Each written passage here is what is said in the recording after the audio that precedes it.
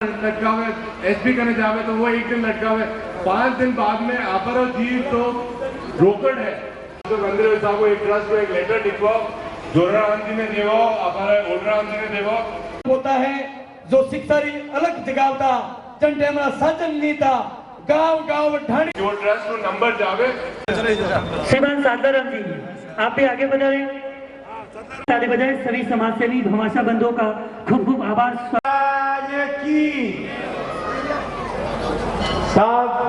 सब जना अन पवित्र भूमि में पधारियोड़ा हो तो थोड़ो एक डोवेसर महाराज ने थोड़ो लंबो हिवो भाइयो अरे भाइयो थोड़े मेरा तो पूरी समाज की आशा टिकी हमें तो ठीक है नहीं बड़े तो हलायो जय बोलो डोवेसर महाराज की धन्यवाद साहब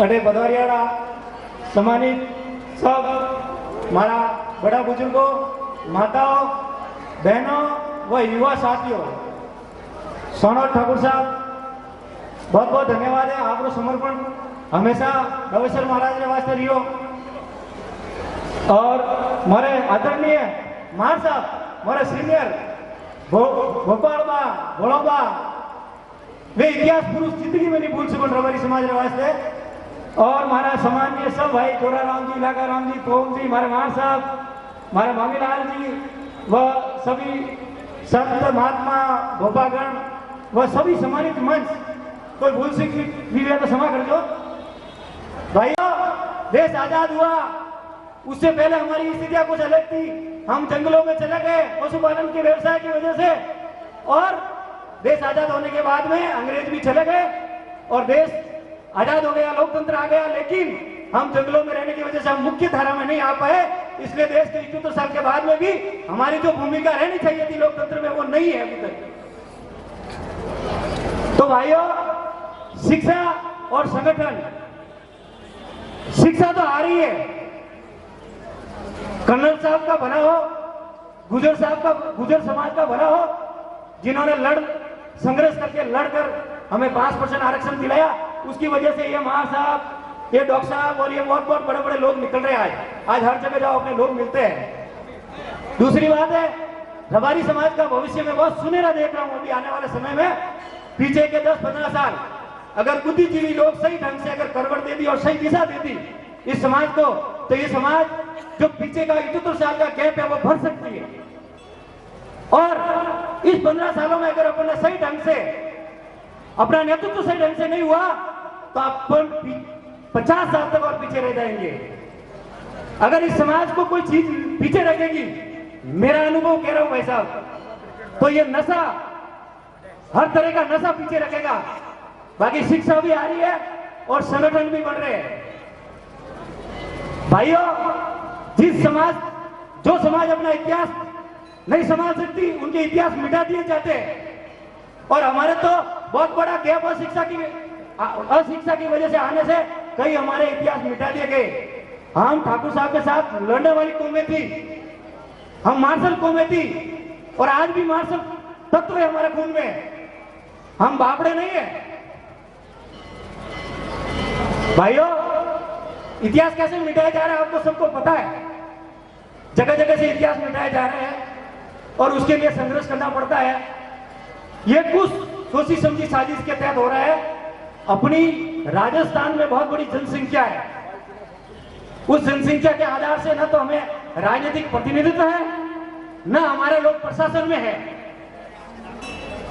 मैं आपको थोड़ा लंबा ले जाता हूं युवा भाइयों उसमें चर्च करना आप रबारी समाज का इतिहास बहुत पुराना है। जब इस्लाम की उत्पत्ति हुई उस समय जिसने इस्लाम कबूल नहीं किया जो अपने टोकरे में लेकर अपने भगवान को निकले वो लोग थे हम। आज भी हम घूम रहे घुमंतु हो गए हम। आज कभी भाइयों सांबड़ एम्पायर के बारे में आप रिसर्च करना और सर्च करना। सांबड़ एम्पायर रबारी समाज की उत्पत्ति अपन कहते हैं कि सांबड़ों से हुई। सांबड़ों का बहुत बड़ा एम्पायर है। आज गल्फ कंट्री में आप पता करना सांबड़ एम्पायर के आज भी बहुत बड़े स्मारक और बहुत बड़े पहाड़ों पे खोदे हुए इतिहास मिलेगा आपको। हूण साम्राज्य कितने समय तक हमने राज किया शताब्दियां पड़ गई, पीढ़ियां पड़ गई, धीरे धीरे हमें भुला दिया गया। अभी वर्तमान की बात करता हूं मैं। रणछोड़ बारावारी को याद क्यों किया जाता है? कि उनके साथ माणक शाह थे।